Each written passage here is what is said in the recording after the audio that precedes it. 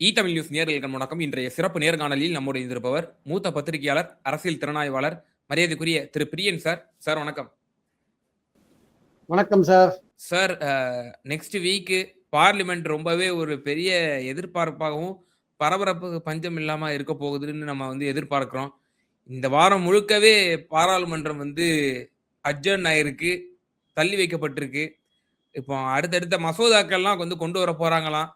So எப்படி BJP கொண்டு வர போகுது, டிஎம்கேவனுடைய டிசிஷனும் எப்படி இருக்க போகுது, ஸோ டெல்லியிலேருந்து கிடைக்கப்பெறக்கூடிய சோர்சஸ் எப்படி இருக்கு, டிஎம்கேல இருந்தும் உங்களுக்கு நல்ல ஒரு சோர்சஸ் கிடைச்சிருக்கும், என்ன ஆக போகுது சார்? தலைநகரம் கடந்த 20 நாளா பரபரப்பா இருக்கு. அதுக்கப்புறம் பேரணி நடந்ததுக்கப்புறம் நடந்த அந்த போலீஸ் வன்முறை போன்ற விஷயங்கள் காரணமாக இன்னும் அது பெரிய அளவில் ஒரு டெல்லி மாநகரமே ஒரு பெரிய அளவில் பரபரப்புக்கு உள்ளாயிருக்கிறத நம்ம பார்க்குறோம். பார்லிமெண்ட் செஷன் நடந்து இருக்கிற போது எதிர்கட்சிகள் ஸ்டூடெண்ட்ஸோட பிரச்சனையை எடுத்து பேசுறதையும் பார்க்குறோம். ராகுல் காந்தி இதுல முன்னணியில பிரதமர் வீட்டு முன்னாடி போய் போராட்டம் நடத்துறது, அப்புறம் அவர் காந்தி இறந்த இடத்துக்கு போய் மரியாதை செலுத்துறதுன்னு அவர் பாட்டுக்கு ஒரு வகையில இந்த போராடுற ஸ்டூடெண்ட்ஸுக்கு ஆதரவான ஒரு நிலைப்பாட்டில் அவர் இருக்கிறத பார்க்குறோம். இந்தியா கூட்டணி அந்த மாதிரி நிலைப்பாட்டில் இருக்கிறத பார்க்குறோம். அந்த இந்தியா கூட்டணியோட நிலைப்பாட்டில் ஒரு உறுதியான ஒரு பங்குதாரராக திமுக அதுல இல்லைன்றது நமக்கு பளிச்சுன்னு தெரிய வருது. ஆக்சுவலா அதுதான் கடந்த சட்டமன்ற தேர்தலுக்கு அப்புறம் நேஷனல் பாலிடிக்ஸ்ல நம்ம பார்க்குற ஒரு வித்தியாசமான ஒரு காட்சி. அதாவது ராகுல் காந்தியோ அல்லது இந்தியா கூட்டணி தலைவர்களோ இருக்கிற இடத்துல திமுகவோட டிஆர் பாலுவோ, கனிமொழியோ, திருச்சி சிவாவோ இருப்பாங்க, திமுக உறுப்பினர்கள் இருப்பாங்க. அதுதான் பார்லிமெண்ட்டுக்குள்ள போராட்டம் நடக்கும் போதும் சரி, வெளியில நடக்கும் போதும் சரி, அவ்வளவு ஒரு கோஆர்டினேட் பண்ணி அவங்க இந்தியா கூட்டணியில திமுக இருந்தாங்க. ஆனா தமிழ்நாட்டுல காங்கிரஸ் எடுத்த ஒரு பாலிடிக்ஸ் காரணமாக, தாவேக ஆதரவு பாலிடிக்ஸ் காரணமாக திமுகவுக்கும் தாவேகாவுக்குமான உறவு கட்டாயிடுத்து. அதன் மூலமாக இந்தியா கூட்டணிக்கு எங்களுக்கு எந்த சம்பந்தமும் இல்லைன்ற லெவல்ல தான் திமுக இருக்கிறத பாக்குறோம். அதனால இதுல இந்த கரப்பாம்பூச்சி போராட்டத்துல திமுக தனியாவே ஆதரவு தெரிவிக்கிறாங்களே தவிர திமுக காங்கிரஸோட சேர்ந்து எந்த இடத்துலயும் அவங்க இணைந்து செயல்படலைன்றதை நம்ம பாக்குறோம் நம்ம. ஸோ அதனால அது எதிர்கட்சிகளுக்கு ஒரு பலவீனம் தான் அது. ஏன்னா இன்னைக்கு பார்லிமெண்ட்ல குறிப்பா லோக்சபால 3வது பெரிய கட்சியா திமுக இருக்கு. ஏன்னா நடுவில் திரிணாமுல் காங்கிரஸ் உடஞ்சி போச்சு. அது 20 பேர் வேற ஒரு சின்ன பார்ட்டிக்கு போயிட்டாங்க. அது ஒரு ஜனநாயகத்துல அது ஒரு இது வச்சுக்கோங்களேன், அது ஒரு அபரேஷன் ஆங்கிலத்தில் சொல்லுவாங்க. அந்த மாதிரியான ஒரு விஷயம். அது எப்படியாவது சபாநாயகர் அதை அப்ரூவ் பண்றாரு தெரியல. அது கோர்ட்டும் சபாநாயகர் முடிவுல தலையிட மாட்டேங்கிறாங்க. ஒரு 20 பேர் போய் திரிணாமுல் காங்கிரஸ் ஆளுங்க ஒண்ணுமே பேர் தெரியாத ஒரு கட்சியில போய் சேர்ந்து அது ஒரு குரூப்பா உருவாக்கி வச்சிருக்காங்க. அது ஒரு பக்கம் இருக்கட்டும். அது திரிணாமுலை பிரிக்கிறதுக்கு பாஜக செஞ்ச வேலைன்றதான் நம்ம பார்க்கணும் ஆக்சுவலா. ஸோ இந்த மாதிரி இருக்கும் பொழுது இந்த நீட் தேர்வு தான் முக்கியமான விஷயம். நீட் தேர்வு கேள்வித்தாள் அவுட் ஆனது. அதுல ஜனதா கட்சி, கரப்பாம்பூச்சி ஜனதா பார்ட்டி ரொம்ப தெளிவா தர்மேந்திர பிரதான் ரிசைன் பண்ணணும்னு சொல்றாங்க. ஆனா அந்த கோரிக்கையை சைட்லைன் பண்ணிட்டு என்ன பண்றாங்க கவர்மெண்ட், நான் புது மசோதா கொண்டுறேன். பிரதமர் சொல்றாரு இளைஞர்களோட சாதாரண பிரச்சனை கிடையாது, நான் இளைஞர்கள் பக்கம் தான் இருக்கேன் அப்படின்லாம் சொல்றாரு அவர். ஆக்சுவலா இது பெரிய ஒரு இளைஞர்களுக்கு மன உளைச்சலை கொடுக்குற விஷயம். அதனால நான் இது தகுந்த நடவடிக்கை பயங்கரமா எடுப்போம், இதுக்காக ஒரு மசோதா கொண்டு வர போறோம், தேர்வு முறைகேட்டில் ஈடுபட்டால் 10 ஆண்டுகள் சிறை, 10 கோடி அபராதம், அப்படி புதிய மசோதா வரப்போகுதுன்னு சொல்றாங்க. எல்லாம் கரெக்ட். நீங்க சொல்லி நாங்க என்ன ராஜினாமா பண்றதுன்னு கவர்மெண்ட் இருக்கு. ஏன்னா அவங்களுக்கு என்னன்னா இந்த மந்திரி அது ஈகோ இஷ்யூவா மாறி இருக்கு, கௌரவ பிரச்சனையா மாறி இருக்கு கவர்மெண்ட்டுக்கு. ஒரு ஸ்டூடெண்ட்ஸ் சொல்லி நம்ம ஒரு மந்திரியை நீக்கிறதா, அது நம்ம 12 வருஷமா நம்ம இதை பண்ணதே கிடையாது, நம்ம எதுக்கு இது பண்ணணும், நம்ம எவ்வளவு பெரிய பிரச்சனையா இருந்தாலும் நம்ம சமாளிச்சு போயிடலாம், நமக்கு பார்லிமெண்ட்ல மிருகபலம் இருக்கு, நமக்கு எல்லாமே அரசியல் சட்ட அமைப்புகள்லாம் நம்ம கையில இருக்கு, நம்ம கையில சோசியல் மீடியா நம்ம கையில இருக்கு, மீடியா பெரும்பாலும் மெயின் ஸ்ட்ரீம் மீடியா கூட நம்ம கையில தான் இருக்கு, நம்ம எதுக்கு இந்த கரப்பாம்பூச்சி ஜனதா பார்ட்டிக்கு பயந்து நம்ம எதுக்கு தேவையில்லாம ஒரு மந்திரியை பலி கொடுக்கணும் அப்படின்னு அவங்க இதுல இருக்காங்க. அவங்க போக்குல அவங்க உறுதியா இருக்காங்க பாஜக. இந்த இடத்துல நம்ம தமிழ்நாட்டில இருந்து பார்க்கும்போது திமுக தாவேகா எப்படி இதுல நடந்துனாங்கன்னு பார்க்கும்போது 21 நாள் இது நடந்த போது திமுக மட்டுமே ராஜா போய் பார்த்தார், ராஜா போய் இந்த போராட்டங்களை பார்த்தார்.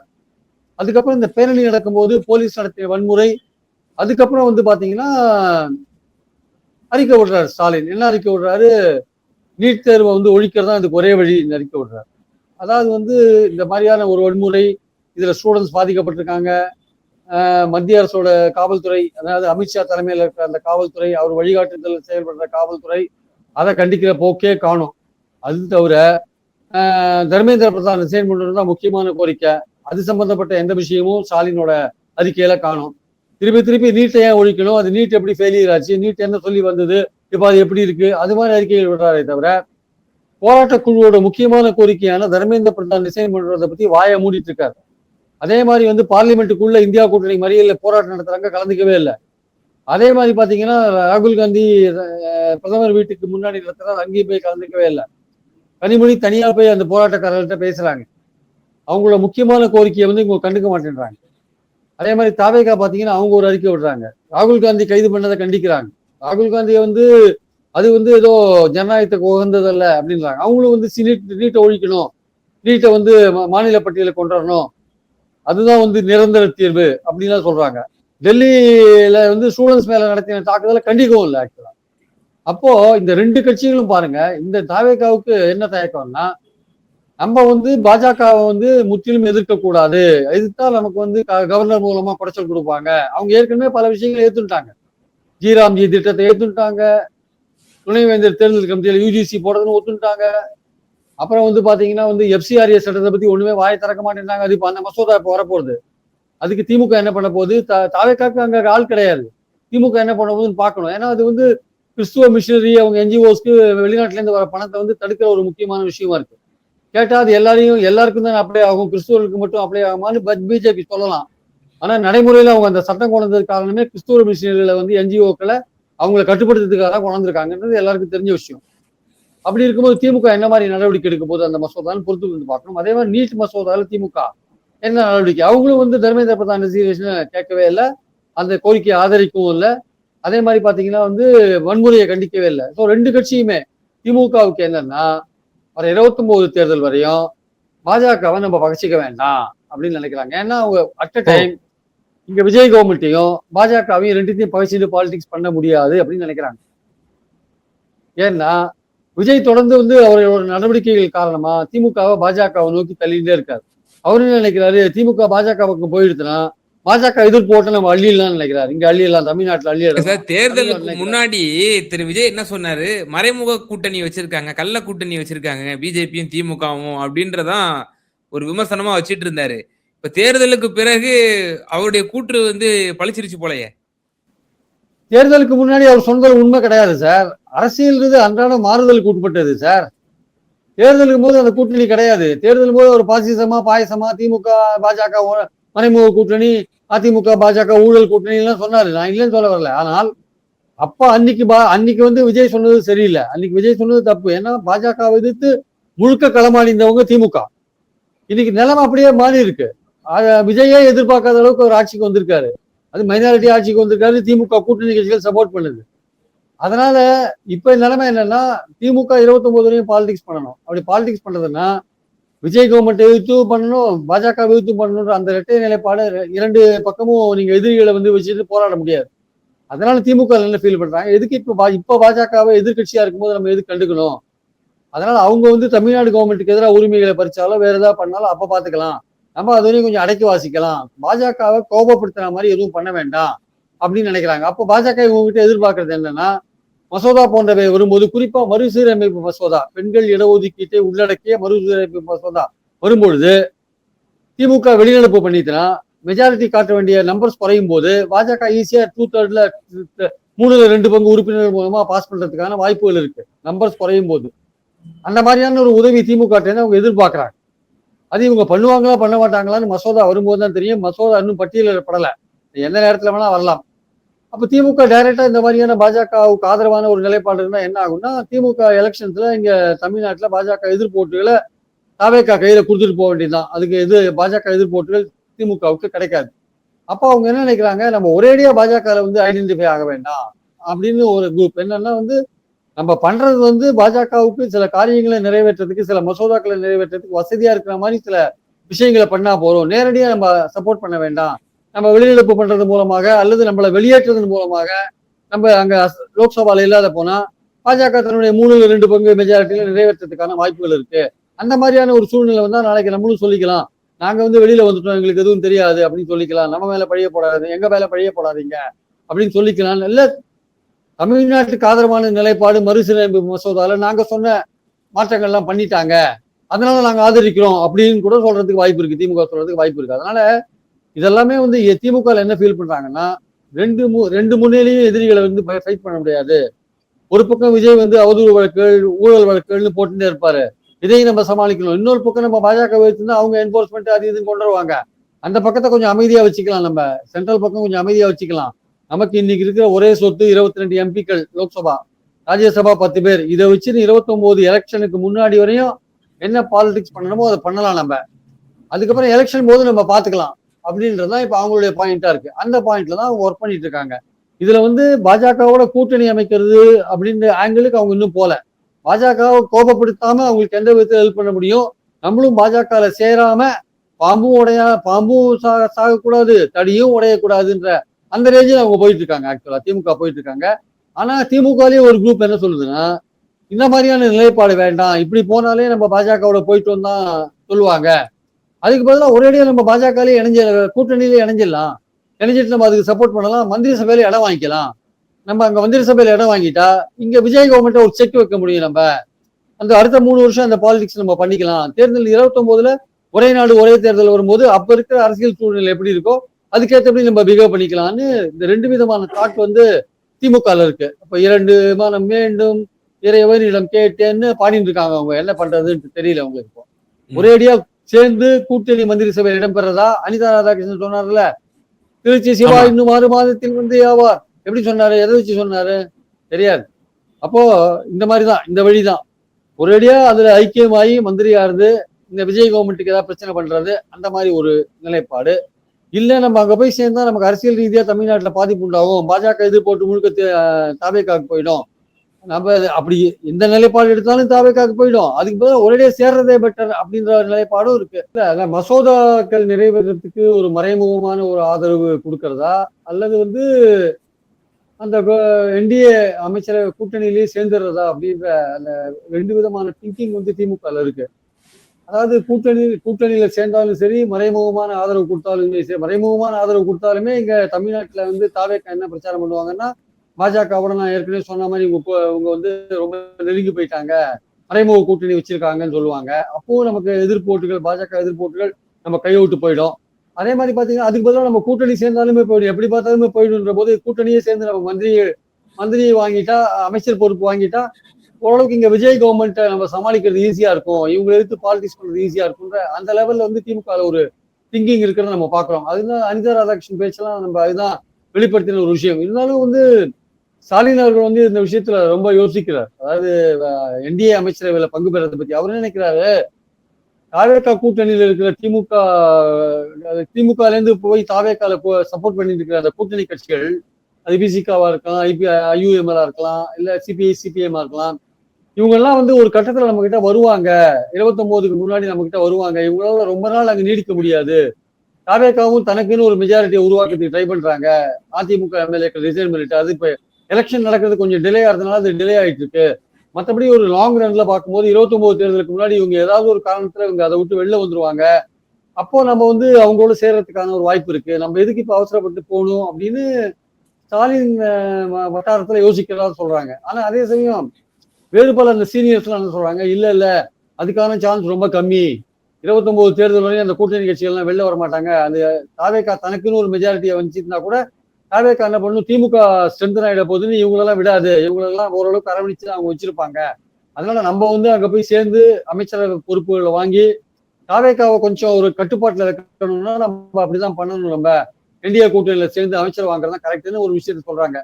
ஸோ இந்த 2 விஷயத்துல தான் வந்து திமுகல வந்து ஒரு குழப்பம் போயிட்டு இருக்கு. இதுக்கு நடுவில் தாவேக்காவும் பாஜக எதிர்க்கிறது ரொம்ப சீரியஸா இல்ல.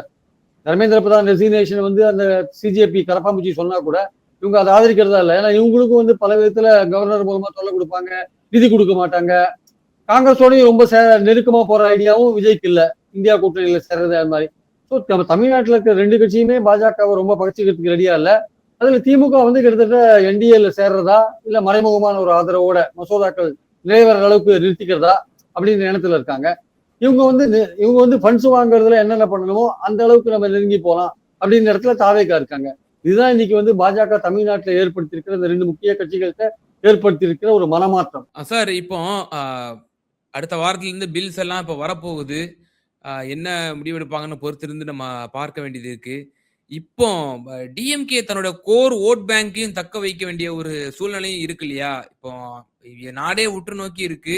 எதிர்த்து வாக்களிச்சாதான் உங்களுக்கு வந்து இருக்கக்கூடிய சிறுபான்மையினர் ஓட்டு, தலித் ஓட்டுகள், இருக்கக்கூடிய ஹார்ட்கோர் ஓட்ட வந்து நீங்க தக்க வைக்க முடியும்.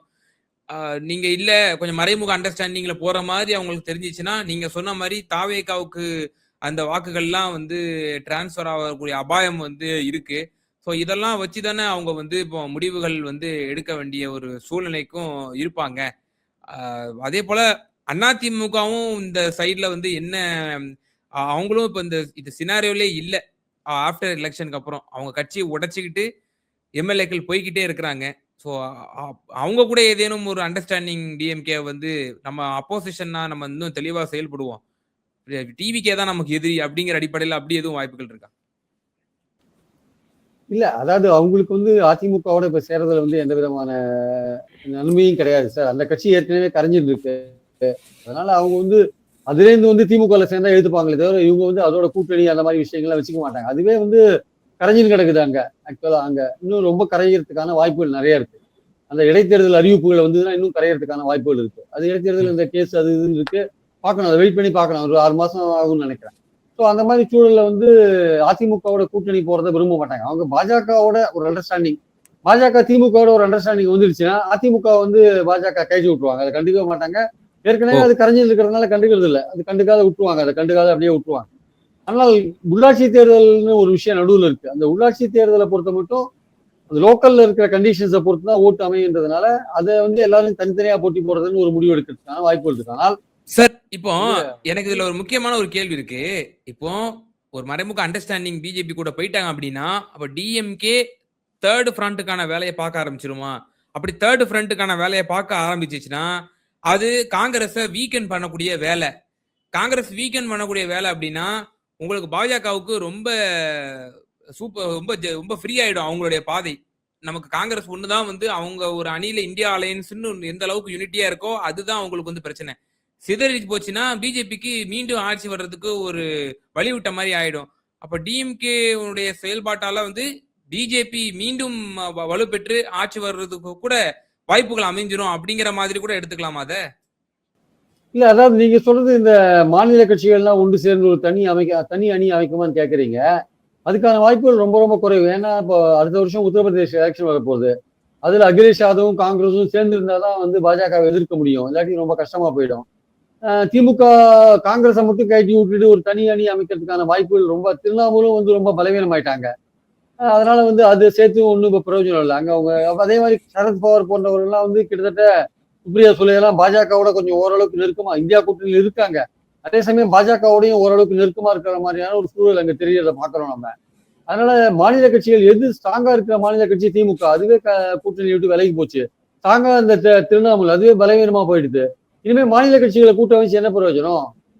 அகிலேஷ் யாதவ் மட்டுமே இருக்காரு. தேஜஸ்வியும் அங்க வந்து பீகார்ல ஆட்சி இழந்துட்டாரு. அவரும் இனிமே வந்து அடுத்த எலெக்ஷன்ஸ் போது தான் ஆக்டிவேட் ஆவார் அவரு. அப்போ அடுத்தது அவருக்கு வந்து அகிலேஷ் யாதவ் மட்டும்தான் உத்தரப்பிரதேசல எலெக்ஷன்ஸ் வருது. அப்ப அங்க மட்டும்தான் அவருக்கு வந்து வாய்ப்பு. இப்போ குஜராத்ல எலெக்ஷன்ஸ் வருது அடுத்த வருஷம். அங்க ஆம் ஆத்மி பலமா இருக்கு. ஓரளவுக்கு பலமா இருக்கு. அதுவும் காங்கிரஸும் சேருமான்னு சொல்ல முடியாது. சேர்ந்தாங்கன்னா அங்க ஒருவேளை எஃபெக்டிவா இருக்கலாம். ஆனா ஆம் ஆத்மி காங்கிரஸோட சேர்றதுக்கான வாய்ப்புகள் ரொம்ப குறைவு. யோசிச்சு பார்க்கணும். அது வந்து தேர்தல் நெருங்கும் போது தான் தெரியும் ஆக்சுவலா. அதனால மாநில கட்சிகளும் வந்து முக்கியமான 2 கட்சிகள் வந்து ஒரு கட்சி பலவீனம் ஆயிடுது, ஒரு கட்சி இந்தியா கூட்டணியிலேயே இல்ல. அதனால இப்ப மாநில கட்சிகளை வச்சு நம்ம பண்றதும் ரொம்ப சரியா வராது ஆக்சுவலா வந்து.